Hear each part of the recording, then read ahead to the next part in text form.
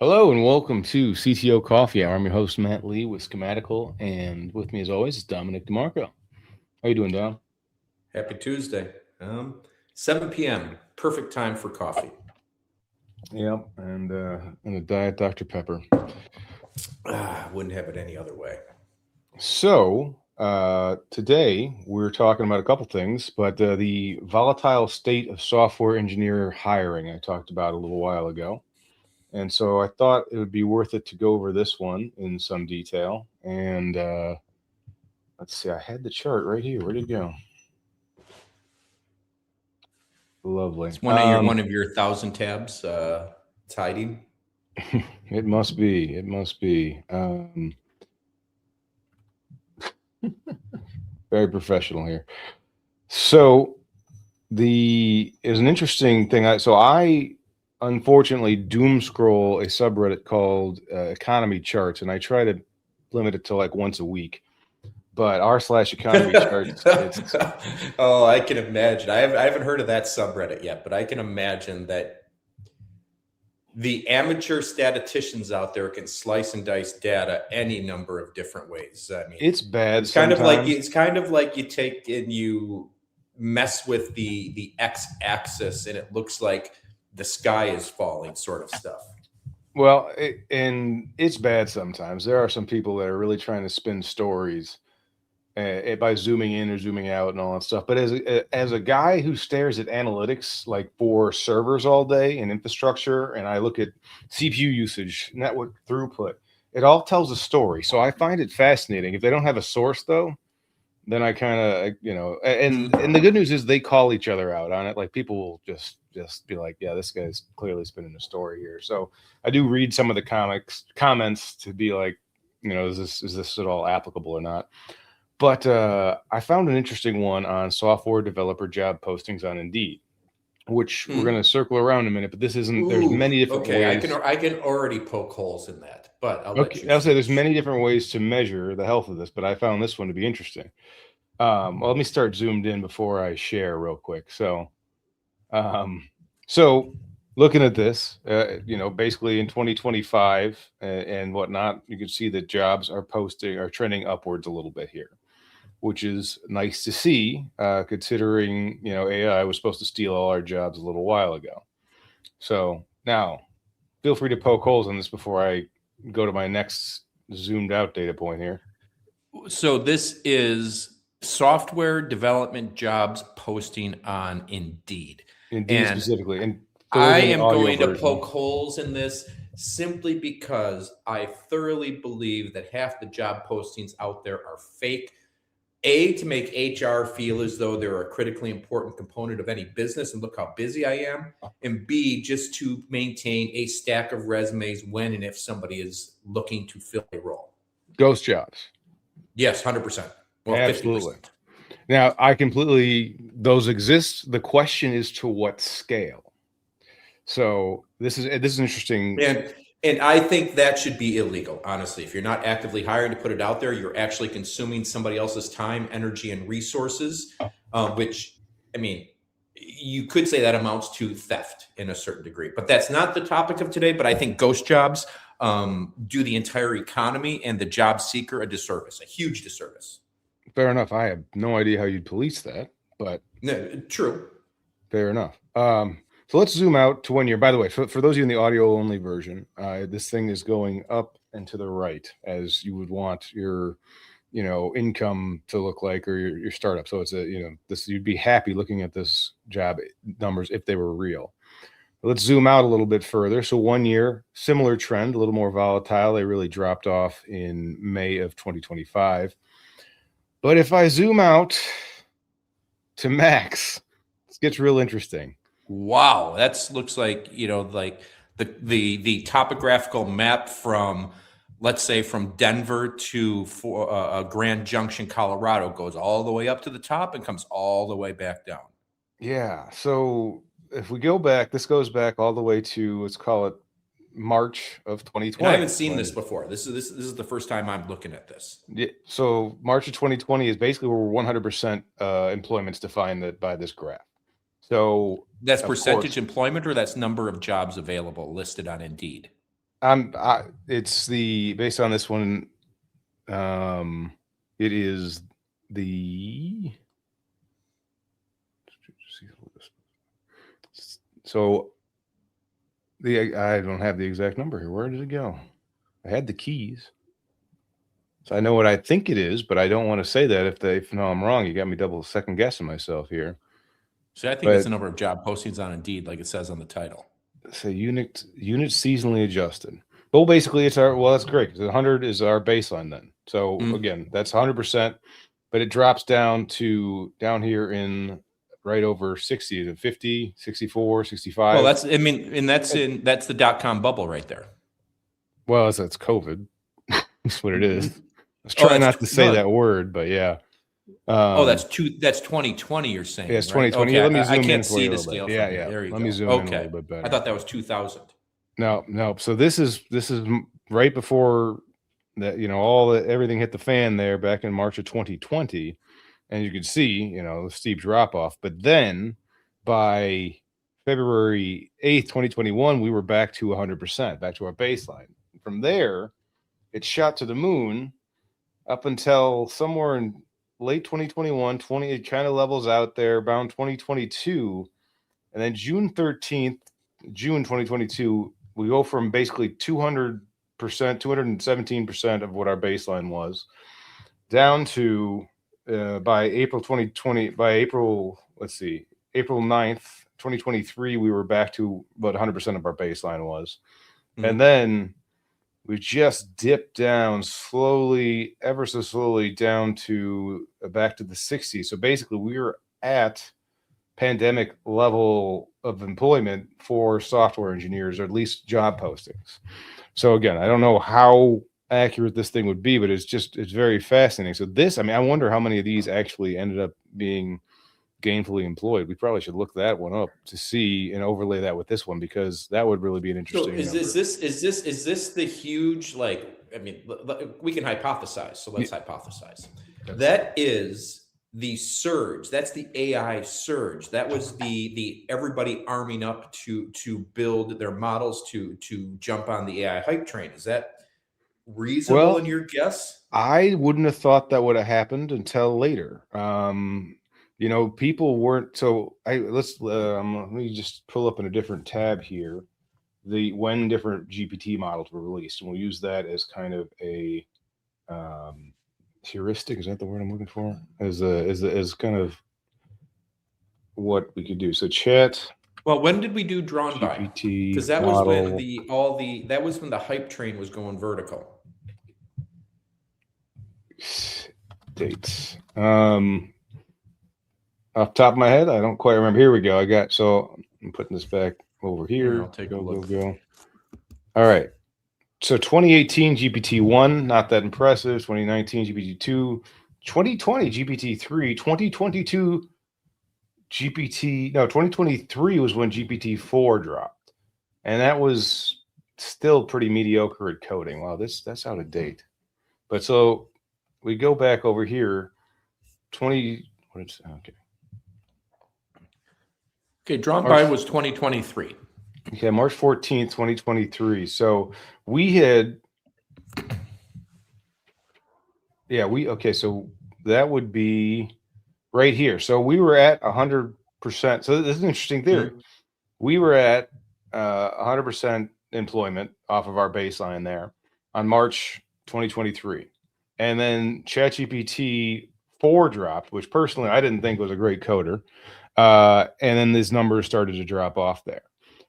But I'm not seeing anything for, maybe this is when ChatGPT 5 dropped, is right here in January 2025. Let's see if I can get that number for us.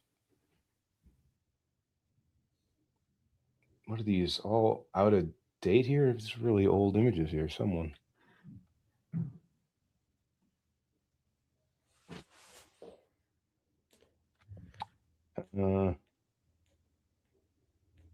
No, these are just really old images. None of them actually even are aware it exists. According to, oh God. So, okay. So Expected and predicted for 2025. This is why you can't trust these LLMs. ChatGPT 5 is expected in 2025. Okay. So yeah, we're well past that. Well, anyway, so let's go back to that chart. So what's your hypothesis to this? And this is job postings. This is not job hirings. This is not people gainfully employed. Well, Is this everybody getting on the hype train? And then, okay, now what are we looking at here? We're looking at 1 was year. Is that looking more correct? at the shorter term gain here. This is when the chart was handed to me before I zoomed out, I looked at this trend here, which if you zoom out to that massive range it's absolutely useless. But the good news is we're going from 60% to 70% job postings theoretically. Now, those all could be AI ghost jobs. We don't know. But I was I mean, first of all, that's not a huge change. That's well, I mean, 12% ish, you know, maybe less than that, more like 8%. So 60 to 70. Is this people saying AI is not living up to the expectation? We need people back. Now, this is something that we've talked about, or maybe I've talked about a couple times, that whenever there's a big paradigm shift in software engineering, everybody says, okay, we're not going to need as many software developers, but people just kind of move up the stack or move to different places in the stack. The bottlenecks that used to be, I mean, go all the way back, in the beginnings of, front-end JavaScript development, you were coding every last piece of JavaScript, and then tools came out to make that faster, easier. Frameworks came out, et cetera. So people just moved to the more complex parts of the stack. And this is, AI, okay, granted, it's a different thing entirely. But for example, we just talked to one of our friends last Friday, Juan, and he's using AI to do all of his scaffolding code, but still doing the complex code.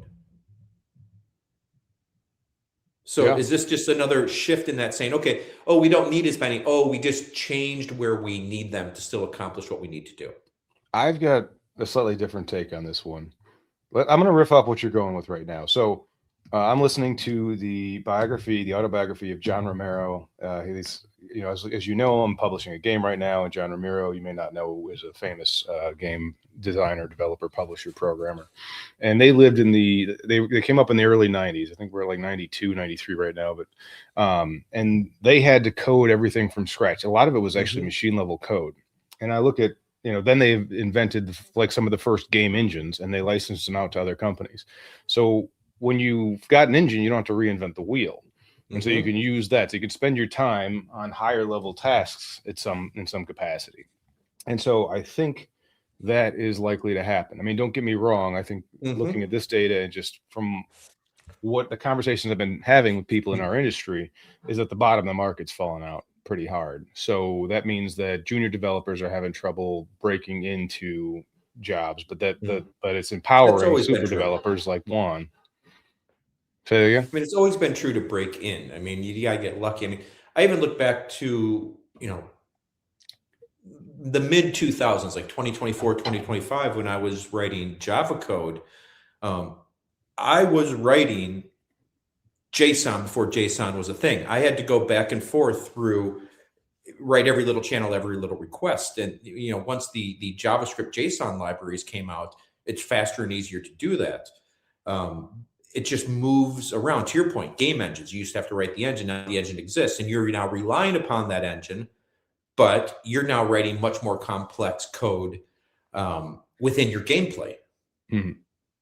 Yeah, so it allows people to move faster and do things that weren't before possible. So where the effort is needed is moved around in some capacity. Yes. And we could say needed, I'm talking about a game engine. We don't need game engine. So just because a job, doing something that is 100%, low on the Maslow hierarchy of needs, like bringing people water is no longer, we don't need people to carry buckets of water to the village anymore. We got pipes.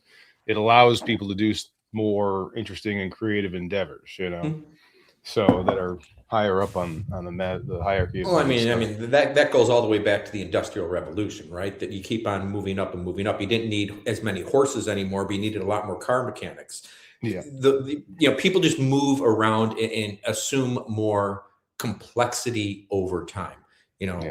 We don't need pizza box servers anymore, and you don't need a system administrator because you've got AWS or Google cloud or Azure, whatever Mhm. Microsoft's product is. And it's called improvement, and everybody would say yes, it is improvement, but somebody is always going to be left behind in that as well. The horse trainers were left behind. The system administrators have largely been left behind. Now they're cloud administrators, et cetera, et cetera, et cetera. Yes, but I'm going to give you a pushback on it. If you were the Please. world's best horse trainer, and you Mhm. were training the king's horses or whatever, there still are horses. I know people with horses. They still need horse Mhm. trainers. Now, you don't need as many of them, but it's the ones that were kind of mid-level or low level or Mhm. generic, that they would probably need to change or adapt, and this is kind of goes to the paradigm. I think they had in the Willy Wonka movie where he went from working on the line and he was going to get replaced with a robot, and then he became the robot technician. So I'm hoping Mhm. we'll see that in the same way they were elevator operators, and then the guy with the bellhop thing, standing in the elevator, pushing the button, and then hopefully, if I was him, I'd be like, okay, I'm either going to move on to a different job, or I'm going to figure out how to become the maintenance guy for this, the engineer that builds Mhm. elevators, something like that. If I was really passionate about elevators, so that's a suggestion Mhm. there, I guess. But you're right. It's going to leave some people behind if they refuse to adapt, or if they Evolve. cannot adapt. Well, I mean, we're going to see this. I mean, it's just starting to happen now. Robotics, full self-driving, these other technologies that have been 10 years away for 10 years and 10 years and 10 years, right? Mhm. But it's not going to happen soon. And by soon, I mean the next 5 to 10 years. But we are going to see self-driving trucks, for example. Truck driving is one of the um, largest professions for uncollege educated males in the United States. Now, driving a truck around New York City or Chicago, okay, that's still going to be the realm of people. But driving a truck from Salt Lake City to Denver down I-70 is going to be a different story altogether when you've got a straight shot. That's going to be a huge paradigm shift, is as big as horses to cars, right? Insofar as the number of people employed in each field. Many of those truck drivers are going to be left behind. They're going to have to take some sort of form of most likely lesser paid work. However, the people that are maintaining those trucks and doing other things are going to make significant more. So paradigm shifts always hurt those that are the least adaptable. Yeah. I'm not going to beef with truckers. I know they're a tough breed, and I think the Hmm? unions will have something to say about it before they get there. But I understand what you're saying, and it's Unions, a general trend. unions. I mean, what are we in the 1950s again? The unions are weaker than they've been in generations. They should come back. Yes, we should push back against them, absolutely. But unions are going to stand in the way of progress. Now, we can completely go off the rails on this one and say, well, people should have their jobs. Well, if that makes the entire economy less competitive over time, the unions are actually being detrimental. I thought you were going to say you weren't going to make this political today. Well, I didn't mention any parties in particular, but I mean, trust me, I've had I have my love and hate relationship with the union through several life experiences. I got you. I'm just going to say I think truckers are a tough breed, a resilient breed, Agree. and Agree. that they're the backbone of our economy. But I think they're not going to go down without a fight. Now I'm going to switch subjects though, because we're running a little low on time, and I had another take I wanted to go with. Please bring it. So the my theory on the AI replacing, we're going to lay off these guys because we're replacing with AI. You and I both, as far as I know, don't think that it's going to be that crazy revolutionary thing where you can just lay off all your engineers. Maybe you don't need to hire as many. Maybe you lay off the crappy ones, but you still need top level engineers to really make it work and to oversee it and all that stuff, right? So when I see these layoffs, I wonder if, and I guess this is economy, not political, if a lot of these companies are hurting, and they're just using AI as an excuse to dump, layoffs. Because imagine 10 years ago, Mhm. layoffs, your stock would drop.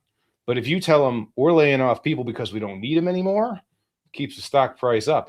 People aren't Yep. as so. I think we're seeing an area where If the you had stronger economy. unions, that wouldn't happen.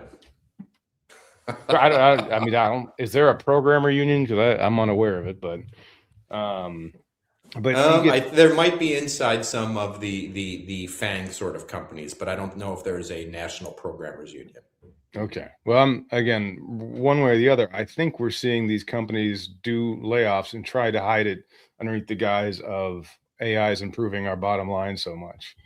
But then I Mhm. look at the private equity, private credit sector right now, and some of the they used AI to give out loans that are just. But I mean, they also didn't. They just regularly use the regular traditional ways to give out loans that are they're not likely to get paid back right now. So we're in fascinating times there. But that was my gut reaction to Mhm. the drop so fast was that we're just in a cycle, normal economic cycle, and AI will improve productivity the same way the internet did or Excel spreadsheets did, but Mhm. it's not like it's going to replace all programmers tomorrow or Right. anytime soon. Yep.